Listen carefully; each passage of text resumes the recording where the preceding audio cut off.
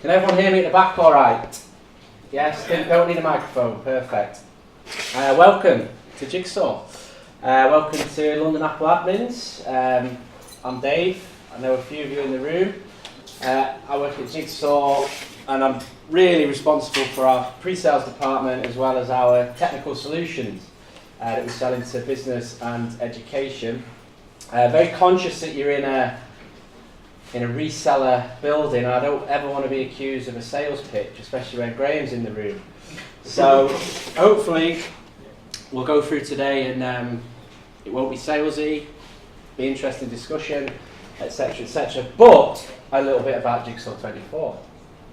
Established in 1992 up in Nottingham, we were the first enterprise reseller in the UK, which basically gives us more margin when we sell Apple stuff, really.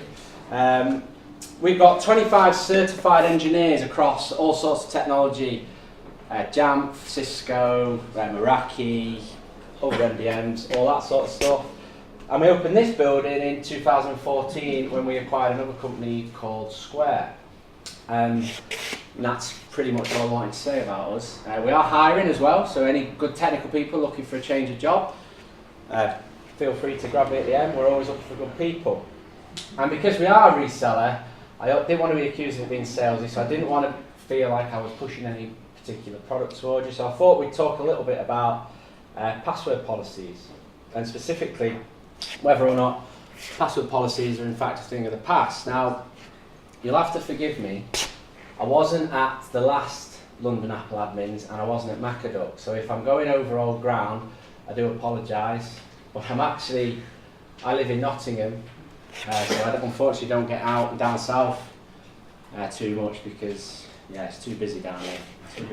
So, a question to the room, is password policy a thing of the past? No, sadly not. Sadly not. Should be. Yeah, so it should be, but sadly not, okay. Be careful what you say, everyone. We're live streaming and recording this. So one of the conversations I have always had with customers is around, well, to bind or not to bind, that's probably where it all started. And the whole thing about passwords, well, we bind to AD because we've got a password policy, and that then we have the problems with the keychains, how that syncs up and all the rest of it, so it's not ideal, of course. So I was speaking to a customer last week, and they were saying, well, we're going to stop binding and we're going to look at using local passwords. We're going to manage them using our MDM, using configuration profiles.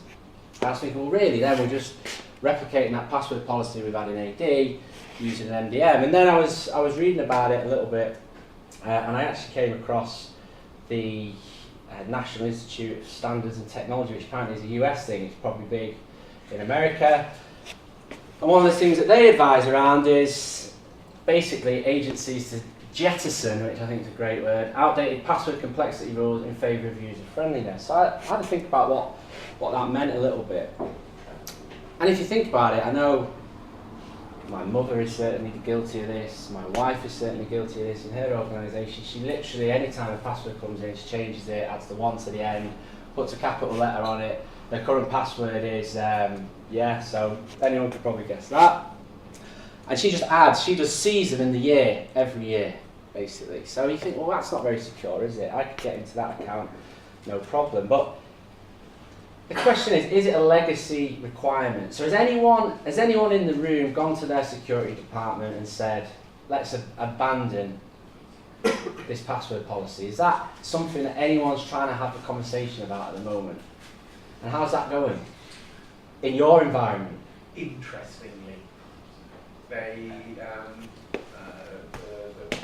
people I'm talking to are in favour of it, or at least in favour of dropping it, or in favour of the policy? in favour of relaxing things a little bit, but everybody else who has a say in it is like, what are you talking about? That's madness.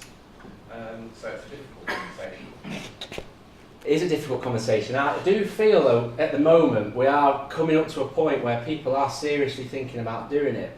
And I was thinking about what I was talking to customers about, and how they were basically looking at, and the way I look at it, or the way I would do it, I mean, we've got a password for our machine. We talk about single sign-on and things like that. Do we use, or should we use, I mean, what's people's views on using the same password to get into your machine versus getting into the services? Because a lot of, it's this single sign-on dream that people want on a Mac. It's, is it single sign-on, or is it the idea of one password? I personally think customers we speak to, it's this idea of having just one password to get into everything. Is that fairly standard across? No? What goes standard? Our security team would prefer you had a separate password for your local device to your local password for single sign-on. And that's the exact thing I go along the route, because the way I see it, if you've got the password for your device, and it's the same with your services, once you're into your device, you're into everything, aren't you? Whereas if you've got your local password, you're probably never going to forget that, so you can make it as complex as you want, and then have your password into your services. And I was looking into basically common and best practice, and that same study basically talks about these 4 things. Forbid commonly used passwords. Don't use the password hints. Limit the attempts of passwords, and enable multi-factor authentication. And then that led me down the rabbit hole of multi-factor authentication. How many environments you guys are using multi-factor authentication? Quite a lot. Yeah, quite a few. And what does that look like? Text message or? Can be anything. Can be anything. Face recognition.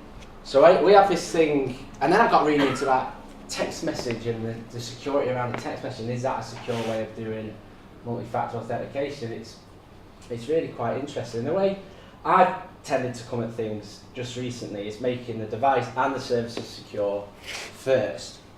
And the one thing I did want to talk about a little bit was a couple of products, and I think a nice way of demonstrating this is Intune and Jamf Pro, which we're all familiar with.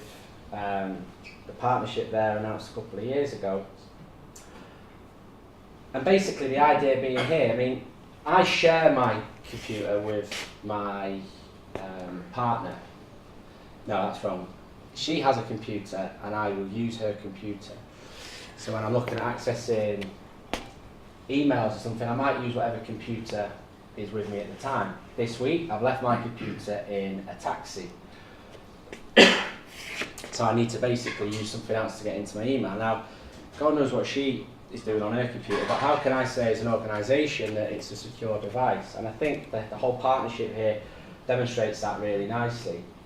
I mean, my mother's computer, when I go and visit her up north, same sort of thing. I mean, she has got Mac Keeper and all sorts installed on there, and you don't want to be checking your emails on that computer. So the whole thing with this conditional access and stuff, so I've recorded this on some latest T2 hardware, and basically the whole idea with conditional access is this device secure? Is it compliant with your organisational policies and things like that? So in this example, I'm sat on my mum's computer, and it could be that old. Try and get into my webmail, and I'm just not compliant, so it's going to recognise that. So that is actually, does it matter what the password is? Does it matter that multi-factor is enabled and things like that? So everyone's seen this. Anyone using this in production? Anyone using the whole Microsoft and Jamf conditional access? One person. How do you find it, Yanis? No, not in production. We're using Microsoft MFA in production. Conditional access, little bit. Little bit. We're not using the Intune and Jamf together yet, but we are using Intune with conditional access for iOS and Android. For iOS devices. Your iOS device is in Intune? They're in Intune, yeah. Education we're basically getting for free, so it's been working as well. So in that example, you can't get to your email because your device isn't compliant. So with a password policy out there, well, it wouldn't have made any difference, would it? It's the device I'm testing rather than how secure your password is. I think then if you go further and you throw Jamf Connect into the mix with the whole authentication to a device, I think it adds another level of how secure do you need a password. So on the same latest technology, we had a look at this. DP, I mean, I'm still amazed the amount of organisations I speak to using devices or not using device enrolment and relying on imaging and things like that. And I do think the whole partnership with Jamf Connect and the whole login experience, this is really, especially in sensitive environments, you show people this, they're going absolutely mad for it at the moment. And the nice thing, what I wanted to show you with this is you've got the choice of either creating a new password or keeping it in sync, or actually creating a new local password on the device, which I think that's a nice level of automation that you can build into your workflows. Anyone deploying Jamf Connect in their environments? Yeah, are you thinking where you might have done that? Do you use multi-factor in that, or? That's the client. I think in this example where we can enable multi-factor, does a password policy actually indeed form part of the past? Let me still whiz through, and you'll see what I mean. I still can't get used to seeing the whole Microsoft login thing on a Mac. And if anyone was using it, you'll also know that it broke last week as well when Microsoft changed their login page, which was interesting for one of our customers who had literally just bought it that afternoon. What you see there, we've got multi-factor, so the password is whatever the password is for the machine, for the Azure, sorry, and then they'll be prompted to create a new password or actually keep the same password, and that's the level of configuration you can get on Jamf Connect. So really, my point is, could we actually do away with password policy? Is it a legacy thing that security teams are keeping in place because we've always done it? And how could we accelerate those conversations that you're having with your security teams? And that is all I've got to say to you today. Any questions or discussion? I was literally actually going to write password policy discussion. That it? Well, if it's not a really stupid question, so in your example, when you plug into your mum's state of the art iMac. She might be watching as well. Well, and that's cool. And virtual machines are awesome. But how does the so this is at the back end then? So of course there's no management of course on her machine. So it can. So when you log in, it's sending additional information about the host, saying I'm an uncrashed OS, I'm a crappy old browser. How does that bit work? So in that example, so we've got the Jamf. The device is registered, it's managed by Jamf, but it's registered in Intune. So if that device was unmanaged and I went to Outlook, it would say your device isn't enrolled, first of all. Right, and that's the way we deal with it. Correct, okay, cool. correct. If you're not compliant. Fair enough. Yeah, if you're enrolled, so the idea being if you're enrolled, you're compliant. So in that example, my example, so I'm using an old laptop today which don't meet any security requirements. It's not, I can't remember why, it's not File Vault. So it's just a device I've had to take from upstairs. So if I try and get an hour email at work on webmail, I can't get into it basically because it's recognised it. So that would be that example. Okay.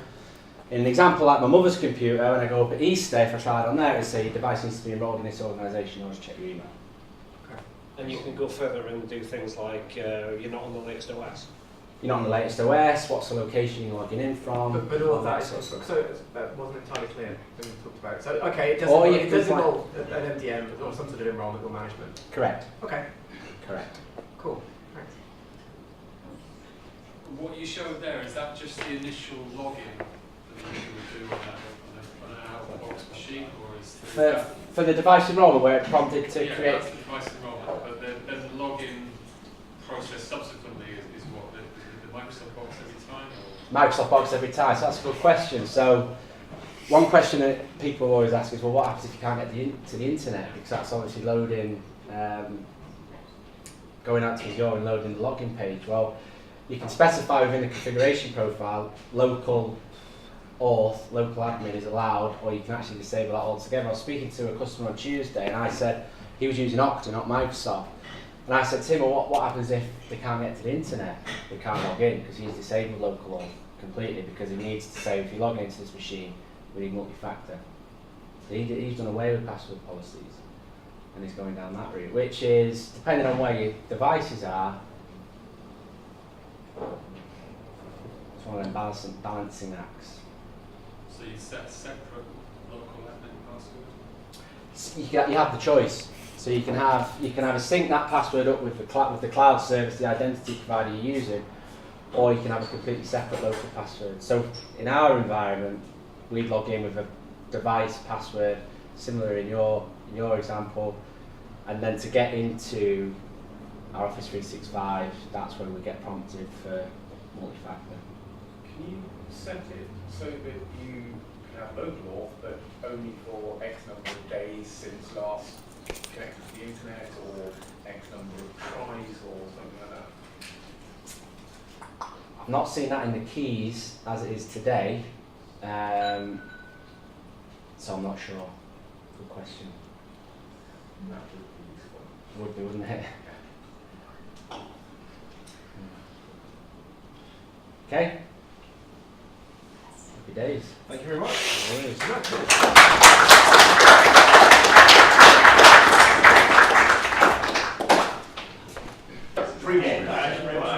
Ladies and gentlemen, the pizza will still be there in 15 minutes. Unless you've eaten it.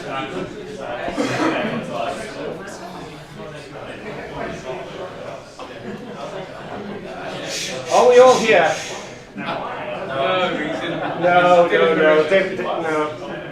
Gilbert's still distracting people. Good evening, everybody. I'm Richard. I'm sure most of you have met me before, and by the end of the evening, probably most of you will regret it. So that's fine. On the Mac admin Slack, you can find me there as Franton. I have my own blog. I've published a few cool things, and I've worked for a few cool places and some. So yeah, that's me in a nutshell. But let's start with some semi-advanced Bash. Now I'm going to warn you right now, the semi is a bit of a misnomer. It's more advanced than semi. So it's bad. Oh dear. Yeah. I was waiting for the comments and typing this. So I call this first one "Start with a Shebang," because a bit of background. When I see people doing programming in our community and in other places, I see a lot of the same common mistakes, and people are doing things without really understanding why they are doing them. And the biggest killer of all is the shebang, because people are putting this thing at the start of their script, but not many people realize what it's actually doing. So I've got in my notes here that there's the whole difference between bin bash and USR bin env bash. But that's to do with POSIX differences in the OS. So let's start with some of the things that you actually might find more useful. So like I say, it's the first line of a script, and in that example, it just tells you what shell it's going to run. And it's literally just the path to the shell. So if you're running bin bash and you want to use that one, that's what you put in there. Bin Python, bin Swift, if that ever happens. So that's what that first line is. So like I say, in my notes, I've got binsh versus bin bash, and to be perfectly honest, functionality on Mac OS, there's no real difference. There is a difference in the binary. If you look at the binary count there, it's actually slightly different. It turns out that bin sh is more POSIX compliant than bin bash. 9 times out of 10, you are not going to be bothered. USR bin env bash. So in this picture here, the command env will show you most of the environment variables in the shell. When you get down to the third line, you can see shell equals bin bash. That tells you what the default shell is. And you can see all sorts of other fun stuff that was there on my machine when I recorded this. But USR bin env is supposed to automatically point to the defined system bash in that. So if you start a script with USR bin env bash, and you change that shell line on line 3, it will then go to that shell. How much use this is, I'm not entirely sure. But to be perfectly honest, it's kind of useless unless you're going for like cross-platform compatibility here.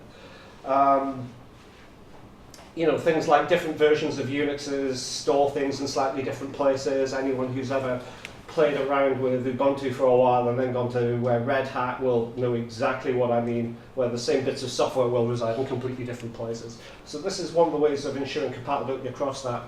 It's sort of coming to Mac OS, it's kind of useless. So we've got options. And what do I mean by options? Well, that's what I mean by options. There's a lot of them, and no, we are not going to go through all of them. But we will go through a few of the ones I find kind of useful. So you can supply options at the end of your shebang, and they all do slightly different things. My favourite one, first of all, is -e. So if you're debugging a script, and you've got that in, it will literally get to the first error and stop dead. It won't proceed on. So that's kind of sort of useful in debugging. Also useful in debugging is -n. So it won't execute the script, but it will pause it all the way through and tell you where things are wrong. So that's useful as like a syntax check and a sanity check. And my personal favorite, which I use a lot of the time when I'm trying to work out quite what it thinks it's doing versus what I think it should be doing, is -x.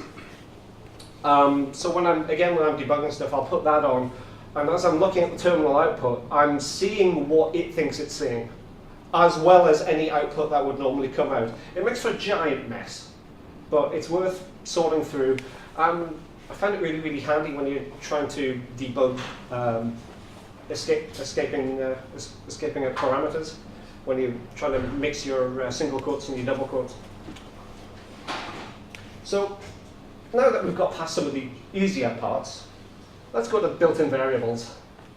And what you'll find, the first one, and you'll see this a lot, and this one actually crept up in the Mac admin Slack bash channel today.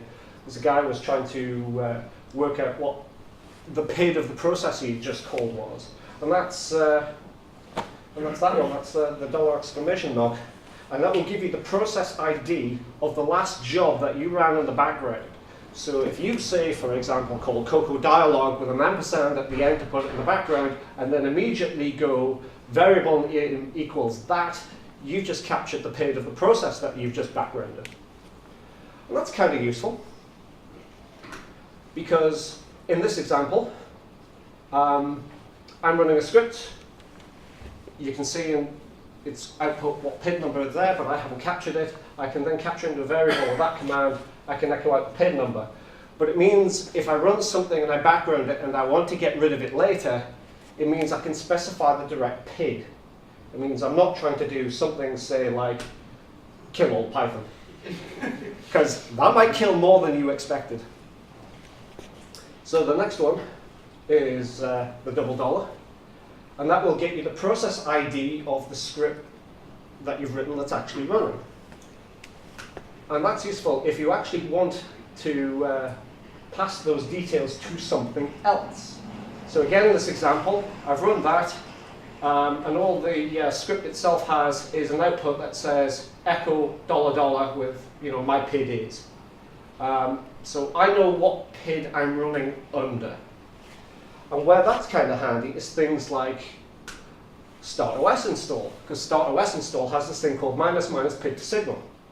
And this is useful for telling it that the process that's called it has finally shut down, so it can then go on and do the rest of the OS install or the OS upgrade process or the OS erase and install process.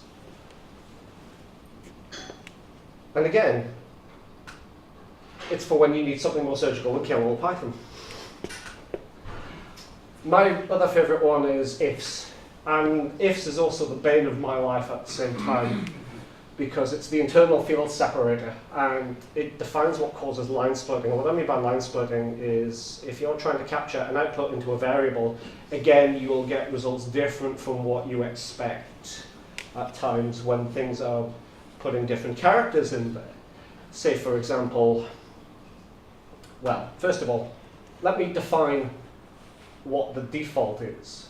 And the default in ifs on any new shell is a tab character, a space character, and a new line character. And what that means is if it encounters any of those characters, it will increment a new line.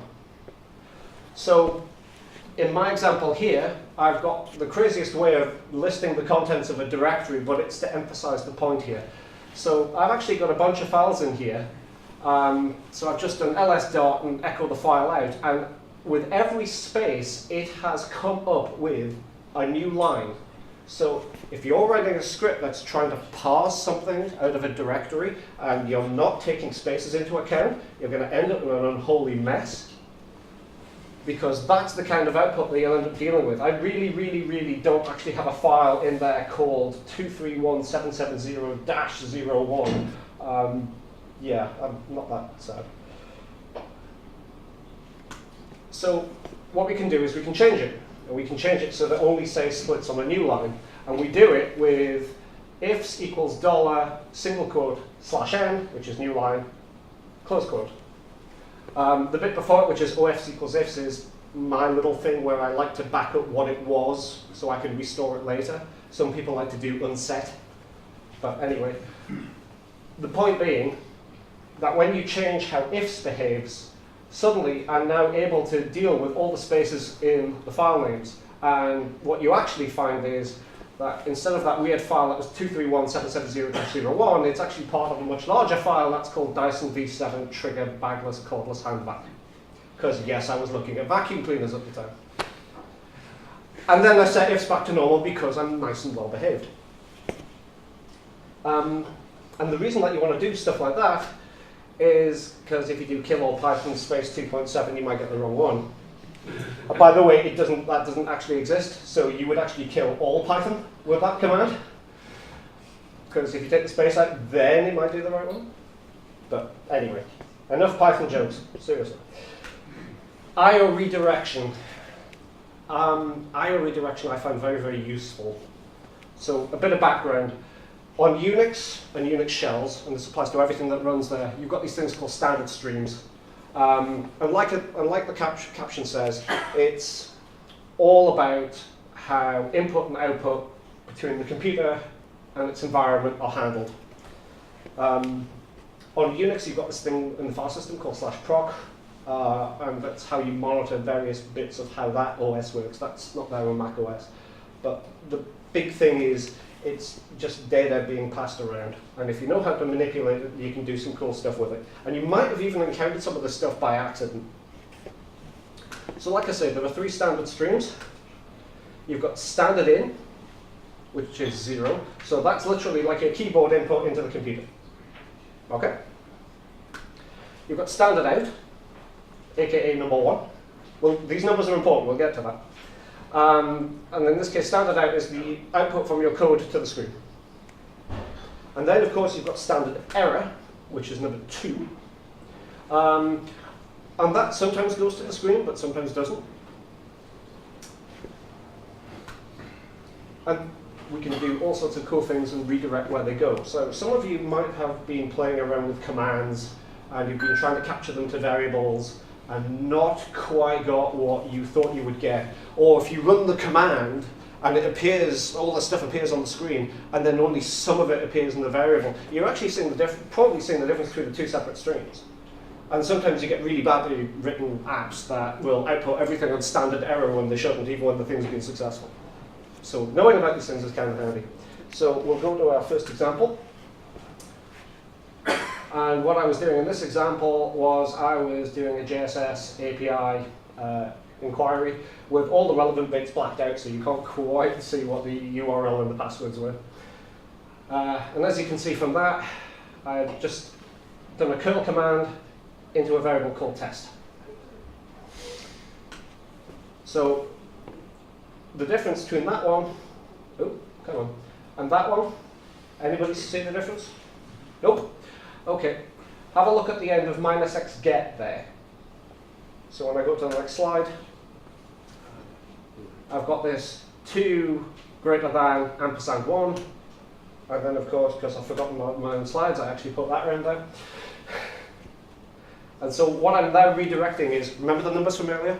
I am redirecting the output from standard error into standard out, so that it all appears in one place. Make sense? So that's what that little thing does.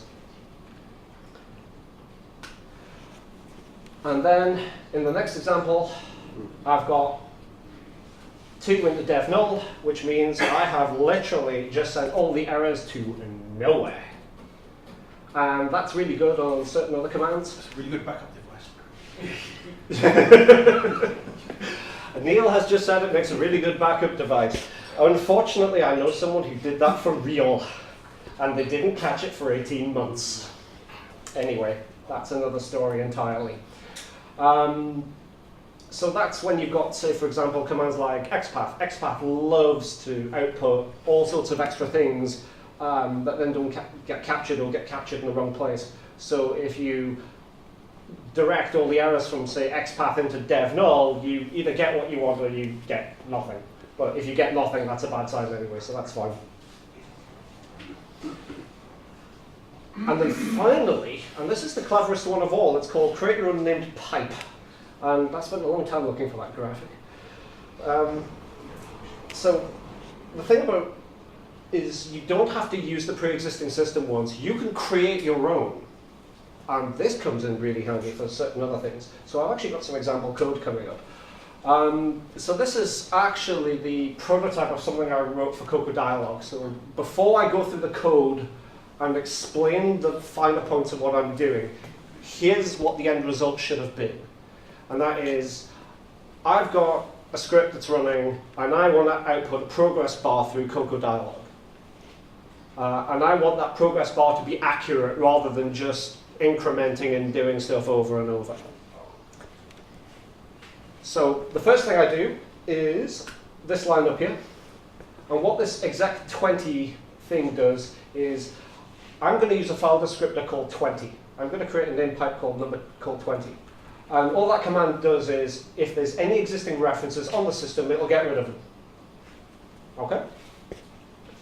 The next thing I'm going to do is, because Unix loves its file system and everything goes through the file system, even when it's not actually going through the file system, is this mkfifo and then the path to a file. So that is literally making it's making what looks like a file on the file system. It's actually not, but that's how it appears. FIFO means first in, first out. So anything I put in there is coming straight out the other end. And I'm just put var temp progress bar because that's exactly what it is. It's at this precise moment in time, when you make that command, you just get a 0-byte file. Okay? The next section is this bit here. So ./cd is what I've called Cocoa Dialog, just to annoy Adam Codega. I've given it the progress bar, I've given it the title, the text, the width, and this bit here is the redirect from that file that sort of file that I've just created into Cocoa Dialog itself, and then backgrounded Cocoa Dialog so that the rest of my script then executes. So what will then happen at this point is Cocoa Dialog will appear on the screen, and it's now receiving its output from that file that we created. This bit here, the exec20 with the backwards and forwards on it, means that I want data to travel backwards and forwards across this pipe. I've just created number 20. We got rid of number 20 earlier. We now just created one.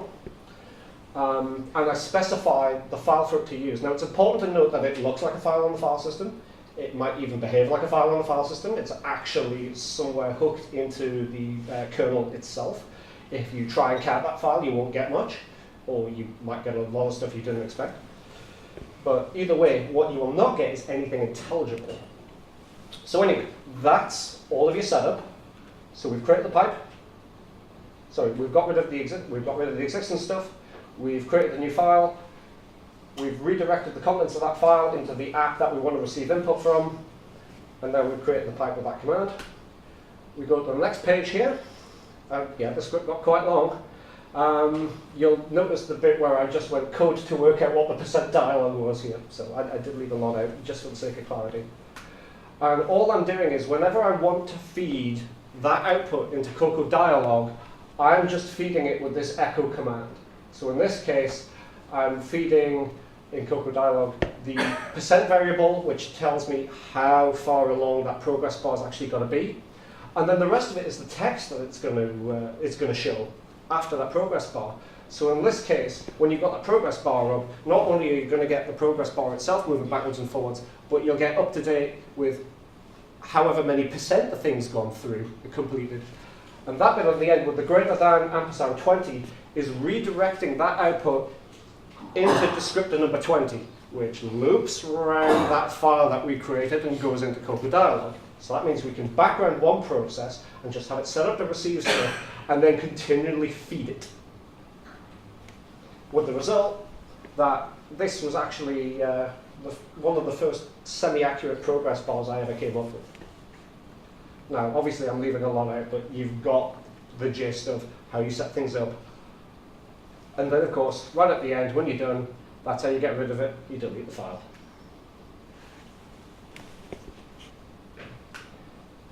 And now for the bit that's going to annoy a lot of people. And I even published a blog post on this, which has probably annoyed a lot of people. Who here has heard of encrypted strings? Anyone who's done the 400 will know about encrypted strings. Yes, Daz, I know you've seen it. Tim? Yeah. So this was originally a project by Bryson Toole. And I'm going to go on record as saying it's a complete and total waste of time.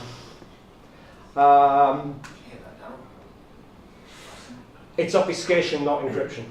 And the reason it's not, and the reason it's obfuscation is you're only hiding any credentials that you're using to pass with it. You are not encrypting them in such a way as to make it very, very difficult. I mean, I'll give you an example. I wrote a proof of concept on how to grab scripts from Jamf when they hit the system. At the same time, while getting process lists, and as a result, I was getting all the credentials that it was trying to hide. It slows you down. It does not stop you. And sorry, Peter, but yeah, it's coded on the Jamf 400. I know it's not you're doing, but yeah. So, some of the things. Always check $path and $home before you rely on them. Path might go to some unexpected places. It might even go nowhere.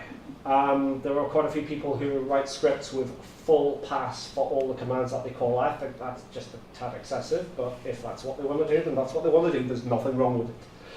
Up until, you know, Apple decides that USR bin's not accessible anymore, which I highly doubt, but you know, you get the idea. Like I say, you can hard code it, but it gets annoying after a while, because then you've got to try and remember where all of these things are.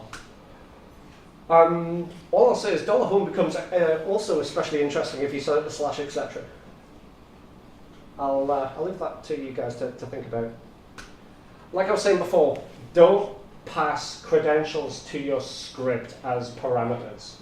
So if you're calling $/admin task username and password, if you do ps-ax while that thing's running, you've just got that username and password that you were trying so desperately to hide. And I'm going to leave this one here as an exercise because we spend a lot of time on the pipes. And that is, have you not considered using pipes as process, as IPC to pass credentials backwards and forwards? Because let's face it, can't easily sniff them, not unless you've got like custom kernel on them. So, this is the hardest bit of the talk for me because the next bit is like my one final thing, which I usually do at the end of talks, but this one's quite a big one for me. So I'm making a personal announcement at this point in time. So some of you know that I just recently started a role for a company in South London. It's going to be my last IT role. In the UK at least. But when this, I mean, there's a couple of people I would consider working for, but to be perfectly honest, it's time for me to change what I do and change how I do things. And I'm not happy doing what I do anymore. And that's going to be it. It says the blog post should be live about now. That's a lie because I haven't got Wi-Fi, so I wasn't able to publish it. But that will be going live at some point this evening. But unfortunately, this in about 2 months or so, I'll be gone. So thank you very much.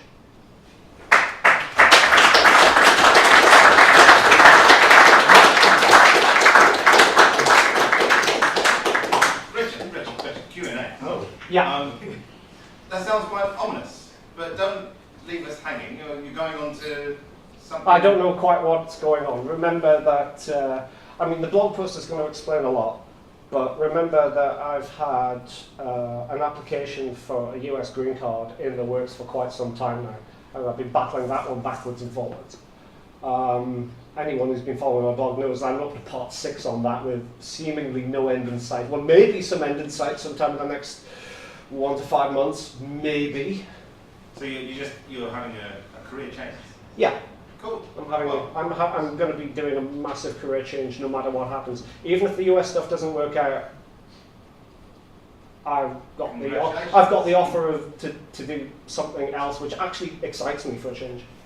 Congratulations. Thank you. Will you, I envy you somewhat because you'll be able to use the Twitter bio recovering sysadmin. Will that work? Well, I'm not on Twitter anymore. I haven't been on Twitter for quite some time. In fact, I barely even go on Facebook anymore. Anyone who's got me on Facebook knows I actually have posted one status since January the 19th this year, and unlikely to post anymore. The most you might see from me is Instagram pictures. I'm really pulling back on the social media stuff, and it's not just because of the paranoia that goes on when you're starting to deal with things like the US Department of State. Guys, don't send helicopters. Yeah. Anything else Bash related? Discussing me personally, I find quite uncomfortable. While it's being streamed? Yes. No, I think we're done. And I think I'm losing my voice. Oh, no, Tim's got a question. So the slides is a great reference, really enjoyed it. Are the slides available for reference? Neil has copies of all of them because this is Neil's laptop. So Neil will be, or somebody will be putting them on the website at some point in the next few days. I'm sorry, Neil. I'm just committing you to this. Perfectly I know you did it. I know you did it for the last meet, but you know you've got mine. You've got everybody else's. So yeah, that's where we're going. Yeah, really fucking hard decision for me. I've agonised over it for the last month and a half. Yeah. When you mentioned at the end about the passing credentials via an IPC, Yes.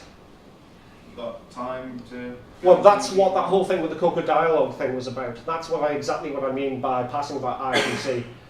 If you can set up a...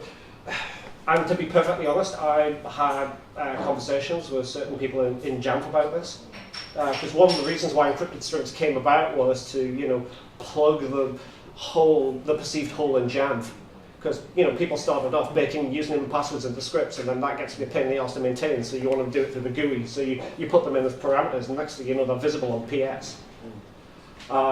So that's one of the things that Bryson came up with was the encrypted strings in order to try and obfuscate it. But I don't think I spent a lot of time trying to pull this thing apart and trying to work out a slightly better way of doing this, and I came to the conclusion fairly quickly there was no better way of doing this. Not without knowing a lot more about cryptography than I did. It's a good job David says. Oh well, we all bow to Mr. Ackland. So yeah, that's what I mean by using that to pass credentials backwards and forwards, because you can put clear text down one of those pipes. You'll never see it, because only you know what that pipe's called. In the example, it's just called number 20. But you can call it anything you want. And if only you know what it is, then even if somebody grabs the script and has a look what's going on, they still can't get in because you're redirecting that output straight to that script or straight to that application. It's actually a far more secure way of doing it. And one of the reasons I'm hitting it so hard, and I hit it hard with the blog post and everything else, by the way, responsible disclosure, Jamf got to see it the full week before anybody else did, is because I want the product to improve and I want the stuff to go away. And people are battling under the assumption that things like encrypted strings are like the end-all be-all of security, and they're just not. And security done badly is easy. Security done hard. So security done well is really hard. And that's the point that I'm trying to get across here. Anybody else?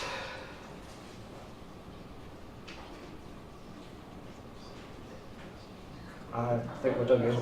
Thank you very much, Richard, and good luck to the team.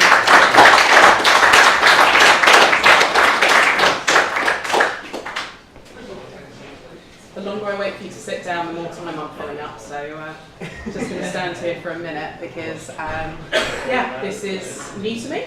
I generally get really nervous stood in front of crowds. I only agreed to do this because I thought I might not be nervous.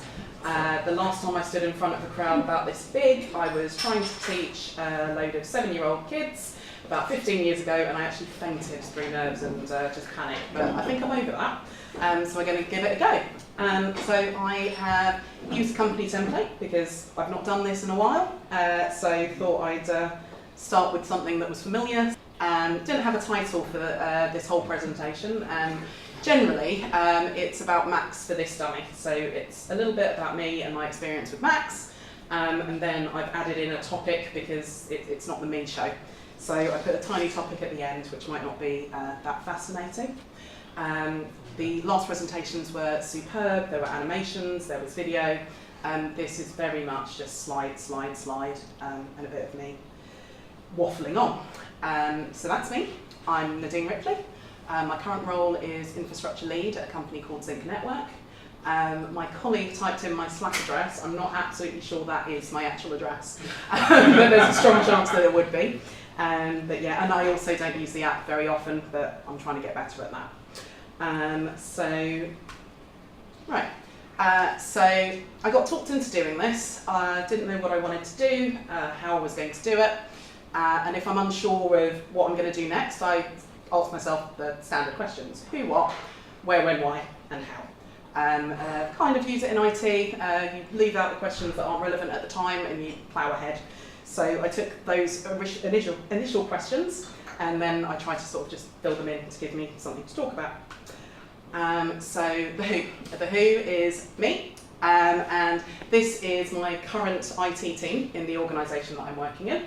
I've colour-coded the girls and the boys.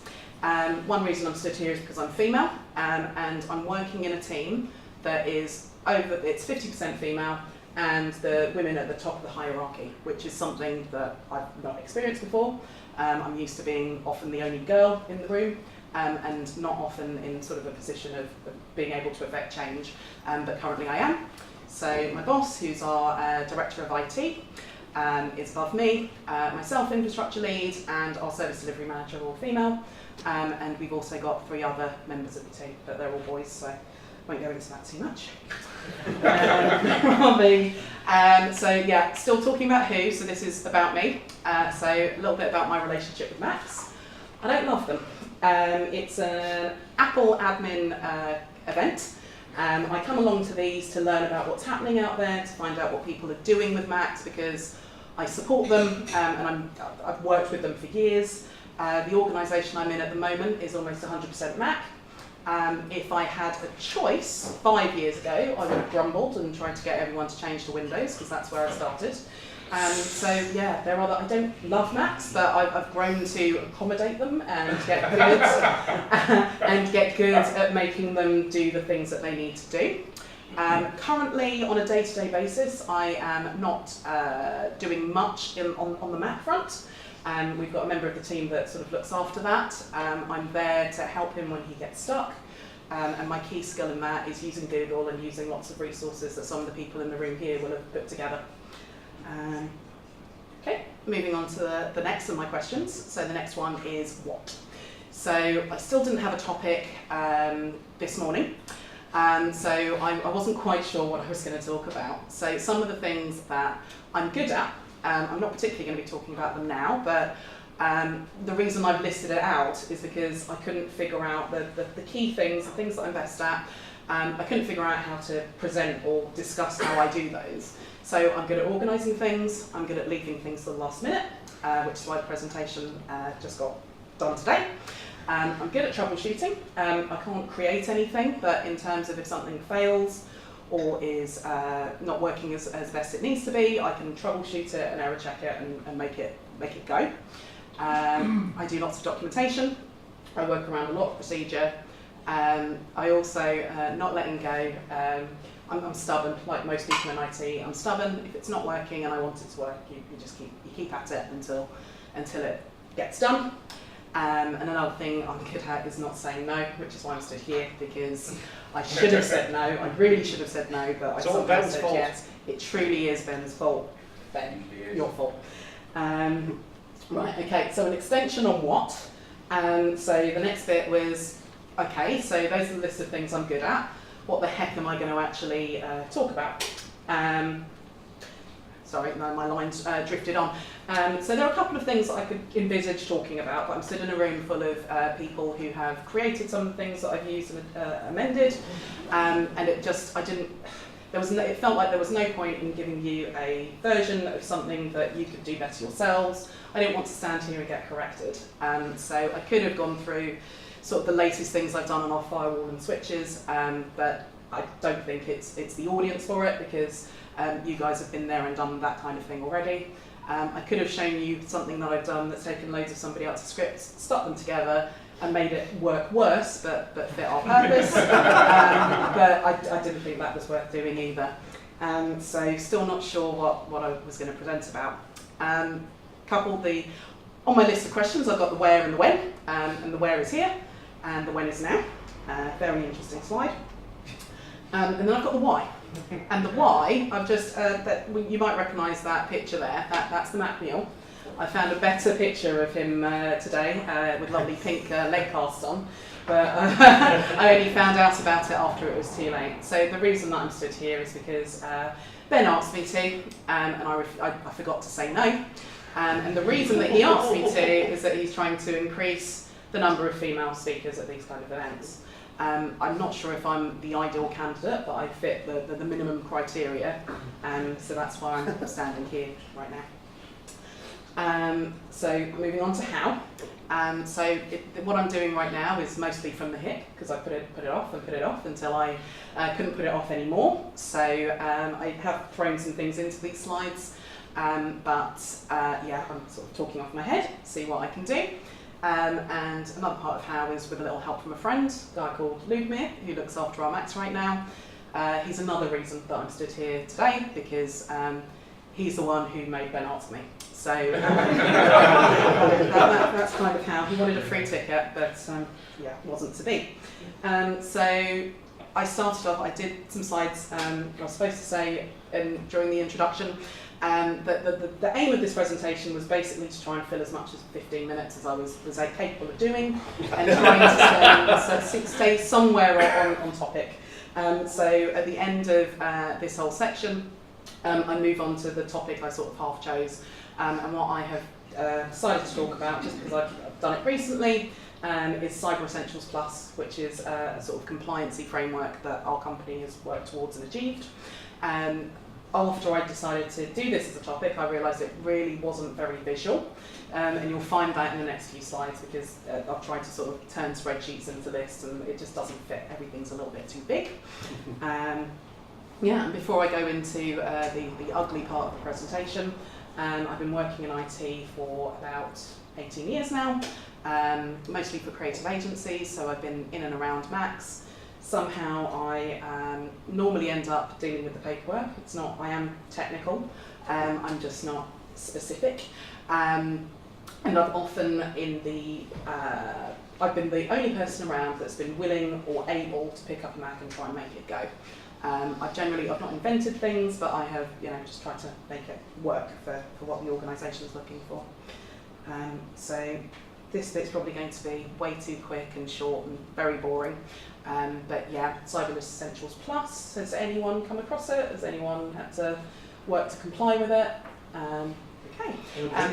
Grand. It's not special, it's not huge, it was just a piece of work that made sure that our company was able to prove that it could meet certain controls, and yeah, it just kind of seemed to fit into a topic that was almost on trend for the event. So there are it's part of the UK government's National Cyber Security Strategy. It was launched in 2014, and it came out of them having created the 10 steps to cybersecurity in 2012. I've worked on a lot of compliance, things like Sarbanes-Oxley and ISO 27001. It doesn't really equate to those, but it's kind of a nice simple way to get compliant, not necessarily be secure, but being compliant is sometimes the aim of the game. The screenshot from their website, which just explains what Certification for Cyber Essentials does, and that is to reassure customers that you take cybersecurity seriously. You can get listed in the directory of organisations, which is something we've chosen not to do, and apparently attract new business with the promise you have cybersecurity measures in place. So it's obviously not the be-all and end-all of security in our environment. We put a lot of effort, time and thought into our security standpoint, and Cyber Essentials was just something that we took the things that we did, squashed it into the framework in order to confirm that we were doing the things that we knew we were doing and that we should be doing, and got a certificate out the other end of it. The process is, it really is fairly, compared to sort of some bigger compliance pieces that I've been through, it's fairly simple. You find a certification body, and then the process includes you verifying that your IT is suitably secure. The definition of suitably, I didn't spend too long having a look at, because what is suitably? And then you complete a self-assessment questionnaire. We went for the Plus version of the accreditation, and the Plus, you can do it all by yourself. Having paid your money to a certification body, they send you a spreadsheet and you can fill it in and say, I do this and this is how I do it. We went for the Plus version, which meant that we had independent verification. So somebody checked our spreadsheet and checked our site. They had a look at what we were doing by spending time with us and looking at our systems. And I think it's right, yeah. So you sign up for Cyber Essentials. They send you across a self-assessment questionnaire, which is broken down to a couple of different tabs and areas. And they cover remote vulnerability scan, an assessment of your gold build, your cloud and shared services, and then they give you a list of security controls in a questionnaire, which felt reminiscent of Sarbanes-Oxley, but the fact that I walked out of the process with some hair still left on my head meant that it wasn't quite as taxing as things I've seen before. So this is the bit I was trying to explain about. I had a load of beautiful spreadsheets. They look quite pretty if you can zoom into them. But by the time I'd redacted them and tried to figure out what I could take away, it's basically a huge, great big list of the sort of headings and things that Cyber Essentials require for you to answer.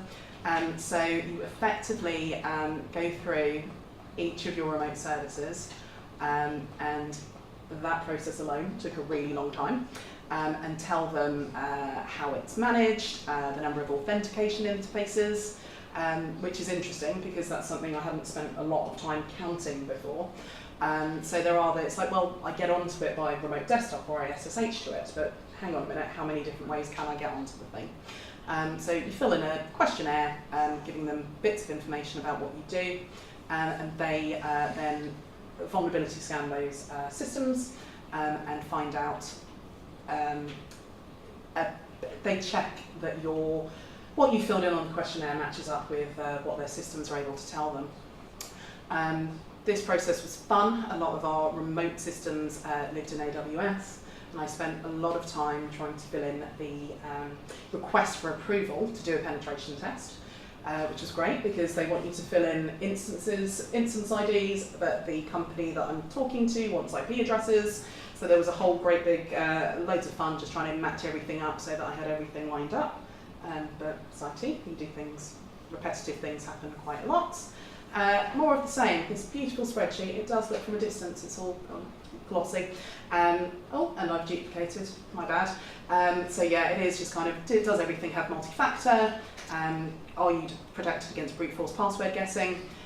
They also ask for valid credentials for the service, which was something that so you've sent me an Excel spreadsheet and you want me in that Excel spreadsheet to have listed a valid set of username and password for this service. So there are the great big row in our spreadsheet going, yeah, come talk to us first and you can have it. But it was quite interesting that they put that into the spreadsheet.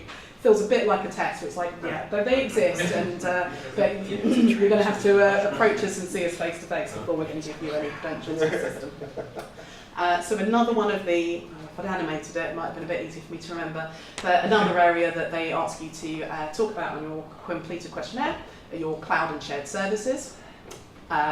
And that again was quite fun because it's kind of, we use a lot of cloud-based systems, and we've security assessed them, we've risk assessed them, but then having to try and go through and find the exact document on that given date that matches up to how they have confirmed that they comply with ISO 27001 was just an afternoon of pain.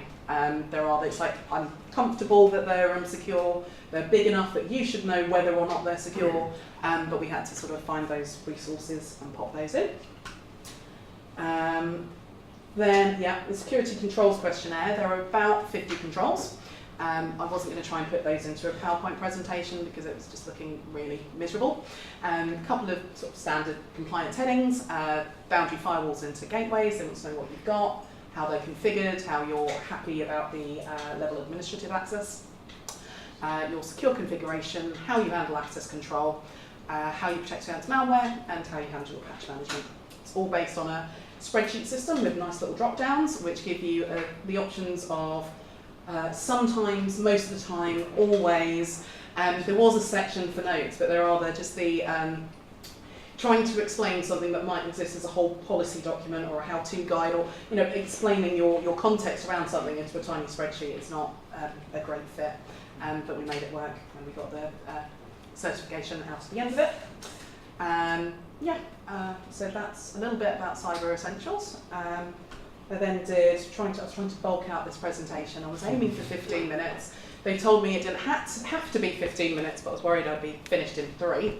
So I did a very quick comparison between my experience of having done something like Sarbanes-Oxley and my experience of Cyber Essentials Plus. It took me, having worked in IT for over a decade, it felt a little bit like Cyber Essentials Plus is just trying to check for the obvious, the things that you think working in IT that are obvious. It's like, well, of course I need a firewall, of course I need to manage my access control. My memory of Sarbanes-Oxley, and this was a while ago as well, probably about 6 years since I last looked at it, was making sure that you had ridiculous policies in place that you might never actually need, use, or be relevant, but they needed to exist. And Cyber Essentials Plus sort of skims the surface. It doesn't sort of delve deep. There are penetration tests completed externally and internally, but there were some pieces that were missing compared to Sarbanes-Oxley, which does seem to delve deep and trying to make sure that you can sort of multitask at things that might not be necessarily relevant or easy to do at the same time. And that is effectively. There was my colleague Lubo, who was helping me with the presentation, was trying to help me bulk it out, and there are a couple of schemes and various things about getting your hardware fixed from Apple. We don't have time to finish this slide, and I forgot to get the list off him briefly. But if you spot him around, he's wearing a check shirt, like lots of people, that one of his current obsessions is getting the best value for money and getting things for free where possible. So he's all over every service program that Apple's running at the moment, whether it's the coating on your MacBook Pro if your coating on your display is looking a bit worse for wear, then he can tell you exactly how to get it replaced for free, etc. And that's all I could come up with. Oh, that used to say thank you, but it doesn't now. That's kind of my thing. Ben, this is your fault. It's always Ben's fault. It pretty much is. That's it from me. Not necessarily. I've been to.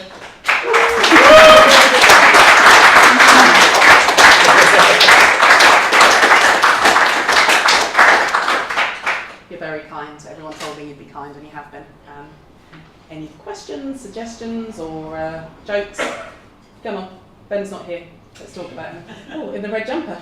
Damn it, I should have won this. So, first of all, thank you very much. Refreshing change. I think many people would all not having a plan, kind of. I haven't been to every single Mac admin, but I've been to most of them.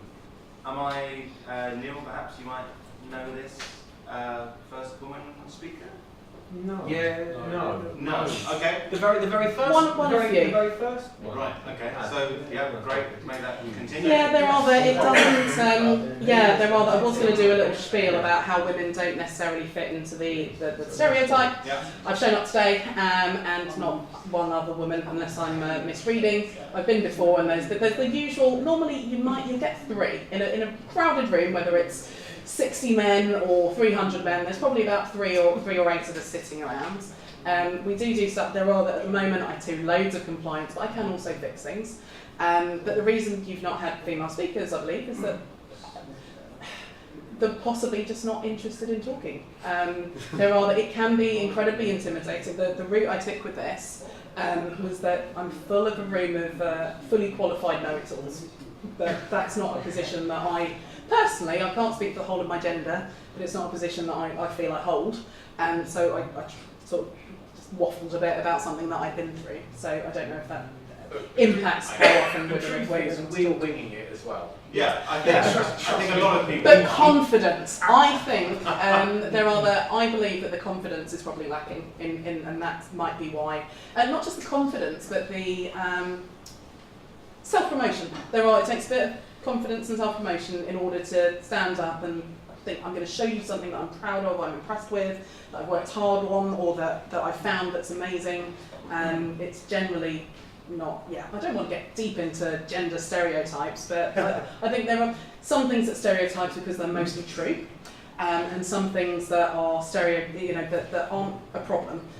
Sometimes if you don't have a lot of female speakers, that might just be because there aren't many women who wanted to talk. Doesn't necessarily mean that there's a problem with the process. A couple of hands up. I'm going to go for Richard, I think. Yes. This isn't so much a question as I texted Ben and told him, you said it was only your fault, and he said, that's fair. It is very fair because it is completely his fault. I don't understand why I fell for his charisma because I've never done it before. But there are the... exactly. It basically boiled down to, Nadine, I need a woman to speak in front of 200 people for 45 minutes. Not happening, Ben. Not happening. Normally, you start on a London Apple admins in a smaller group. It's like, yeah, I'll try that. Next one's in a, do you want to do the next one? Yeah, all right. It's in about 3 weeks. Oh, okay. That's how it's Ben's fault. Have you still got any questions, Neil? Thank you very much for your talk. I'd like to ask, after you've been through this experience, will you consider coming back and doing it again? I don't really have many topics that I feel... I'm not against it at all, and I'm proud of myself because, like I said, I fainted the last time I tried to sort of stand up and show people how something was done or something that I would have done. If I had something to talk about, then I don't think I'd hesitate. It's the fact that I don't feel that I have something to talk about, and that possibly is for other people in the room who've never stood up, whether male or female. You need something to say before you're going to stand up. And come back anyway, because we'd like having you. Oh, I love you guys. There's a reason I like working in IT. I just find boys just easier to get on with. I was going to wonder, there's a number of people in this room who will go, it's Ben's fault. My first one of these, I spoke at one of these, and it was Ben's fault. It's always Ben's fault. I spoke at the very first one, it was Ben's fault. See? I spoke at one of Ben's. Absolutely. Could we rename the whole process as some kind of support group? Yeah. Never invite him and make it a support group. There's someone in a hoodie with a black t-shirt who's had a hand up, I think, with glasses. Hi. Hi. I had a question about Cyber Essentials. How much did it cost to go through the process, and how long did it take? It's one of those things that when you visit the website, it says contact us for prices, and I generally avoid all of that stuff. But it was something that the company was trying to achieve. And off the top of my head, I think it was about £2,500 for the Plus certification. And in terms of how long it took, I think it took about 6 weeks in total. A large part of that was just preparing the information that they needed. So we had a lot of external sort of web services that needed to be tested and going through that kind of thing. There were certain things that were pretty easy to get through. They were happy with our questionnaire. There were a few tiny things that we had to rewrite because we'd say, do you do that most of the time? And there was a bigger explanation that there hadn't been space for. So you had to do a pen test as part of that process? So our process is to have an annual pen test anyway. So we had a pen test first, and then as part of Cyber Essentials, they also test. Cyber Essentials, the pen testing happened more on the perimeter. So they did a bigger scan of the external, whereas our pen test did mostly internal. But yeah, as part of the package or bundle, they did some external testing. We also had someone come on site for one day to be on site, look at our gold build. He didn't understand. My definition of gold build is the blank vanilla machine that you give to people to use. And he showed up and he wanted give me 5 examples of Macs. It's like, well, I've got a pile of ones that no one's using, and I haven't warned people that I need to take live laptops off them, so that's going to be a struggle. He also wanted 5 examples of Windows laptops. We've only got about 7 in use. So, yeah, so external penetration testing, and then someone came on site. Didn't probe the sites. It was asking questions and testing a few things that they needed to do internally. Hello. Did you find that you, whilst going through it, that it actually highlighted things that you needed to change? Yeah, there are it was a great opportunity there are certain things that you want to check on a regular schedule. It did help as a checklist. We had a checklist already, but there were the fact that it's like, well, I've got to sit down, I've got to verify that everything's okay, and I'm doing it in this framework. So it definitely helps as part of, now we've got a list of controls that we added to, because there are certain things that it doesn't include that felt like they were useful for us, but it doesn't hurt. It's a nice starting point of things that you could do. It does, I believe it's pitched at all sorts of businesses, and I had a quick look at the directory earlier to see who was sort of certified. I did a quick search for Jigsaw, they weren't on the list, doesn't mean much. M&C Saatchi are certified, I knew that already. But there are, I think, one use for it is if you're a smaller environment that might not have thought about it or known what questions to ask, it's ideal. Because it's going to force you to start thinking about, well, who does have access to my firewall? We're slightly more sophisticated than that, so it was like, well, of course I know who's got access to our firewall, but yeah, it did help to just, as a part of our schedule, to go through and check various bits and pieces. In the front? Just for information, I don't know if you're still interested in doing security stuff, but there's a site called the Centre for Internet Security. Mm-hmm. They do a lot of free benchmarks you can actually download and go through. Okay, And cool. I found that really useful when I had to do security stuff for like Apache and stuff like that, which I didn't have much experience in. Yeah. It goes through like loads of stuff, Cool. gets you like examples and stuff and how to fix it. Just in case that was something that you wanted to look No, into. most definitely. There are been trying to play around with the Greenbone Assistant recently, just to try and find something that can. I'm looking for useful tools that don't cost the earth, that help us to do things, automate things that we might have done manually. Yeah. Well, that's free. So. Cool. Sorry, can you say it one more Centre time? for Internet Security. Got loads of different benchmarks. CIS, and you'll also find a few people might have put things online. Mm-hmm. Yeah, I've heard of the internet, it's helpful. Yes, but have you that was directed at Ben, by the way. Graham, I think. How did you find answering the silly questions, for example, like what IP ranges do you use? Well, if you use CloudFront, it's the internet. In terms of, actually we do use quite a few. If someone restarts any of our Linux web servers, they get issued a new IP address because that's what DNS names are for. So that was a huge part of providing the information that they needed, was trying to capture that snapshot and also matching that up with our suppliers list, which works by instance ID. So that literally huge spreadsheet expedition just to get everything matched up. So there are that we don't. I think we had about 120 sort of external addresses, so compared to some organisations, probably not the world, but it's just a bit more than I've been expecting to manage. Yeah. What was their take on, or if they had even had a take on password policy?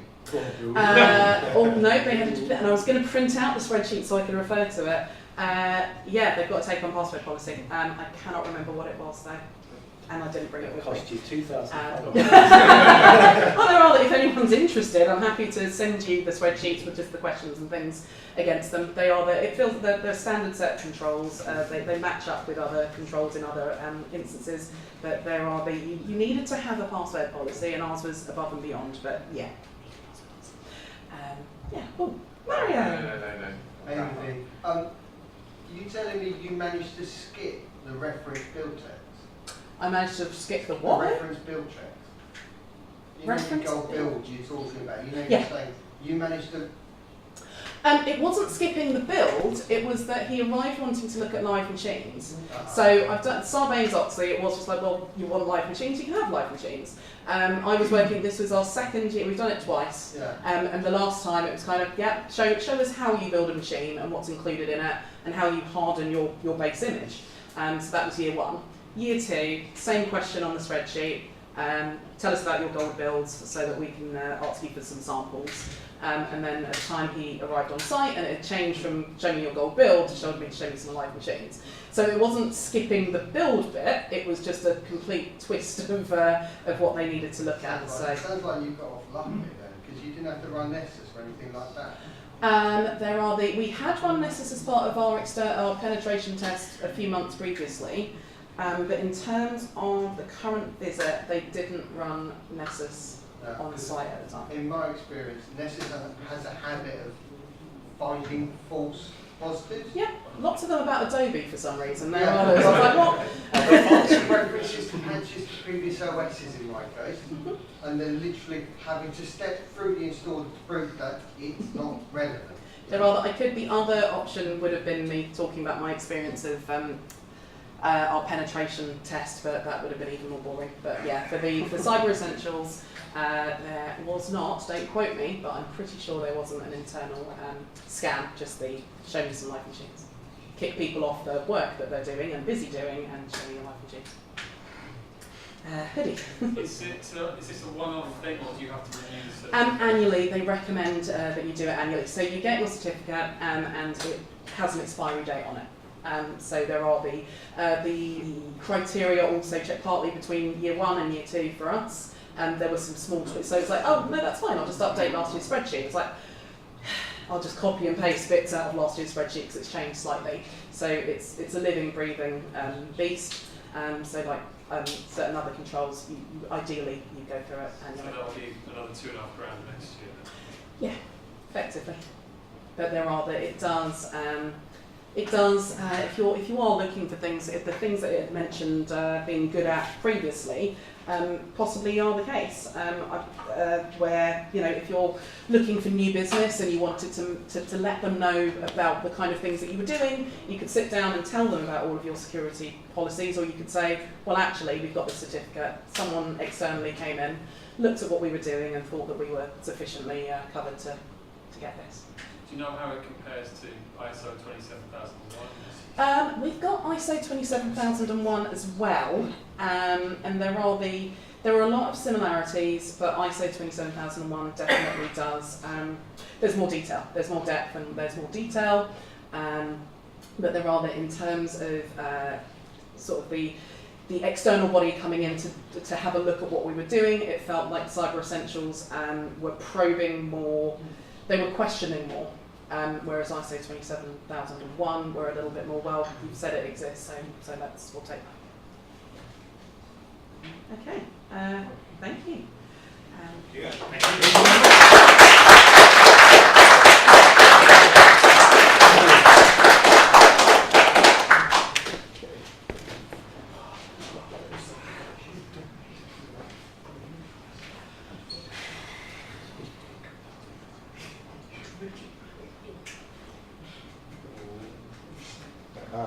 So thank you very much to all our speakers, and also thank you very much to Dave and Jigsaw for hosting us tonight. It was a lovely thing to do.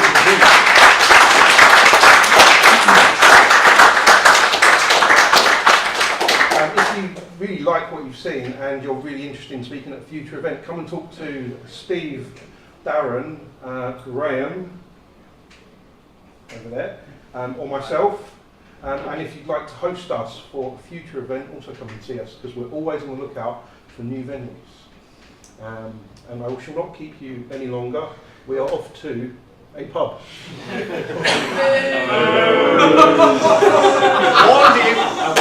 Graham, what's the pub, Graham? Sorry? What's the pub? Coffee house. Coffee house. Where is that? Well, I'm glad you are. Follow me. Literally 3 minutes. I was looking for I was going to ask you to time it for